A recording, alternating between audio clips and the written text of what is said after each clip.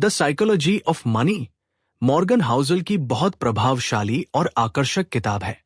धन केवल मेहनत और किस्मत से नहीं मिलता, बल्कि हमारी सोच और व्यवहार उस पर सबसे गहरा असर डालते हैं।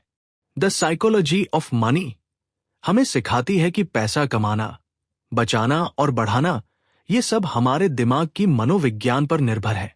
इस किताब की सबसे बड़ी सीख है पैसे का असली खेल बैंक अकाउंट में नहीं, बल्कि हमारे दिमाग में चलता है।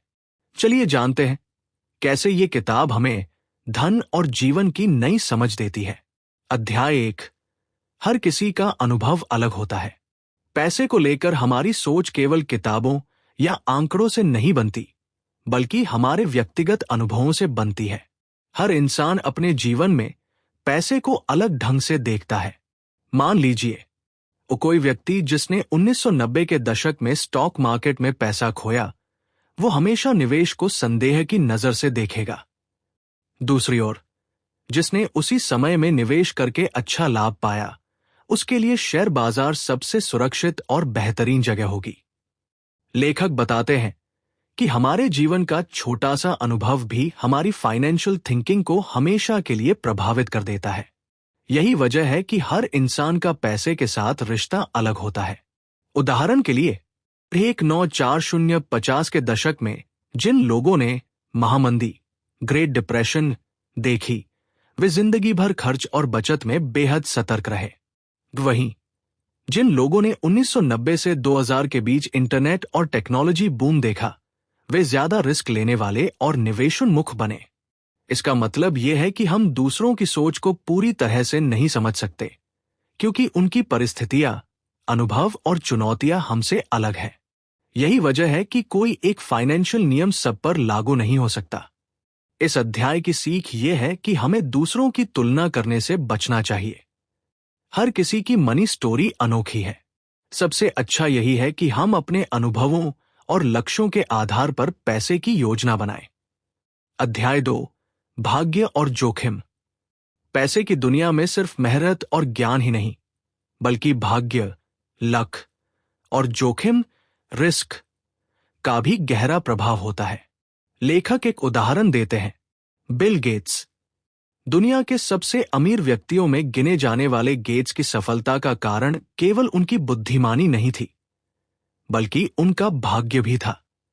वे अमेरिका के उन कुछ स्कूलों में से एक में पढ़े जहां शुरुआती दिनों में कंप्यूटर की सुविधा मौजूद थी। अगर वे किसी और स्कूल में होते तो शायद उनकी यात्रा अलग होती। दूसरी ओर बिल गेट्स के ही दोस्त केंट एवंस भी उतने ही प्रतिभाशाली थे, लेकिन एक दुर्घटना में उनकी मृत्यु हो गई और उनकी जिंदगी बदल गई। यह दिखाता है कि भाग्य और जोखिम दोनों ही इंसान के जीवन और वित्तीय सफर में निर्णायक भूमिका निभाते हैं।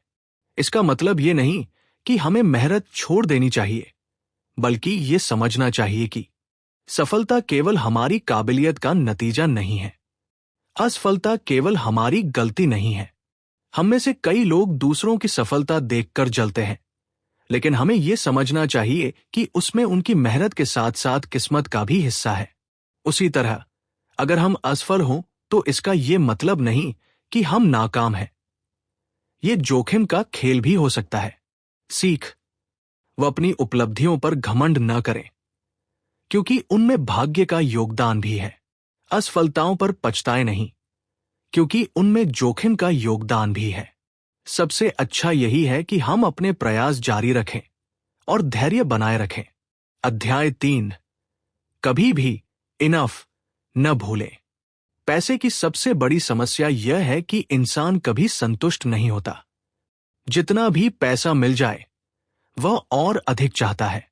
यही लालच, ग्रीड, अक्सर विनाश की जड़ बनता है।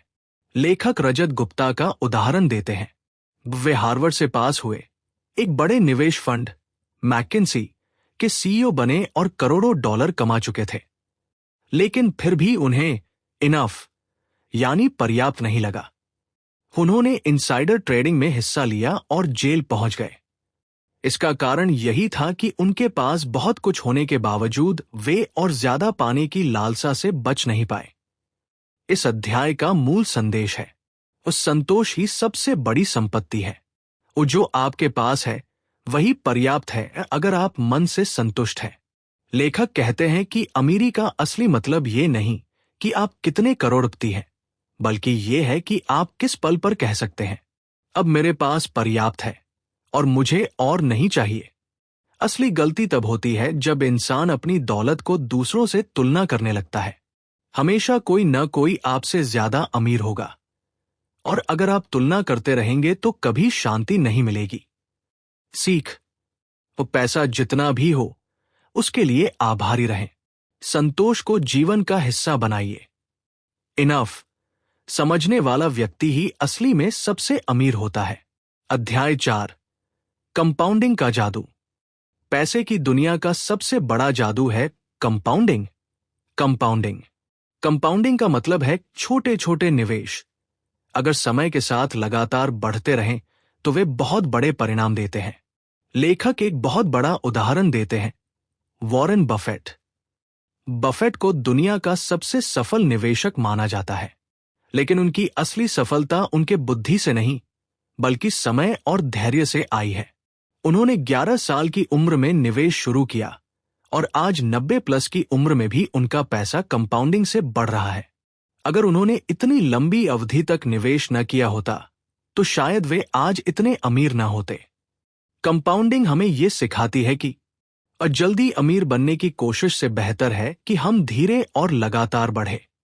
छोटे निवेश अगर लगातार हो तो भविष्य में आश्चर्यजनक नतीजे देते हैं। उदाहरण, मान लीजिए आपने 10,000 रुपए निवेश किया और वो हर साल 10% से बढ़ा।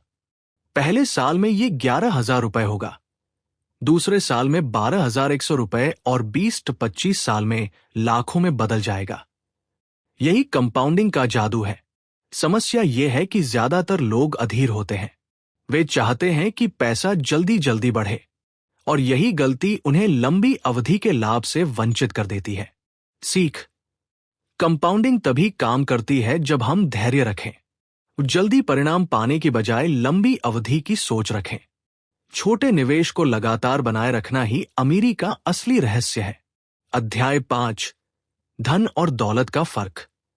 हम अक्सर रिच और वेल्दी शब्दों को एक ही मान लेते हैं, लेकिन लेखक बताते हैं कि इन दोनों में बहुत बड़ा अंतर है। रिच, अमीर दिखने वाला, जिसके पास महंगी कार, बड़ा घर, महंगे कपड़े और दिखावे की चीजें हों, वो बाहर से बहुत अमीर लगता है। वेल्दी, असली दौलतमंद, जिसके पास वह पैसा है जिसे उसने खर्च नहीं किया बल्कि बचाकर निवेश किया है। असली अमीरी उस अदृश्य पैसे में है जो आपके पास है और जो आपको सुरक्षा और स्वतंत्रता देता है। लेखक कहते हैं कि महंगी कार चलाने वाला व्यक्ति हमें प्रभावित तो करता है, लेकिन हम ये नहीं देख पाते कि हो सकता है उसके पास बैंक बैलेंस बहुत कम हो। इसके विपरीत, एक साधारण व्यक्ति जिसके पास निवेश, बचत और स्थिर आय है, वो असली दौलतमंद है। उदाहरण, अगर किसी के पास 50 लाख रुपए की कार है लेकिन बैंक में बचत नहीं है, तो वो रिच लेकिन वेल्दी नहीं। अगर कोई साधारण कार चलाता है लेकिन बैंक में करोड़ों रुपए सुरक्षित रखे हैं, तो वो वेल्दी है। सीख, अमीरी दिखाने से ज्यादा जरूरी है अमीरी को संभालना और बचाना। असली अमीरी वह है जिसे आप नहीं दिखाते, यानी आपकी बचत और निवेश। हमें रिच दिखने की बजाय वेल्दी बनने पर ध्यान देना चाहिए। जब आप वेल्दी होते हैं तो आपके पास आजादी, सुरक्षा और भविष्य की गारंटी होती है। यही असली दौलत है।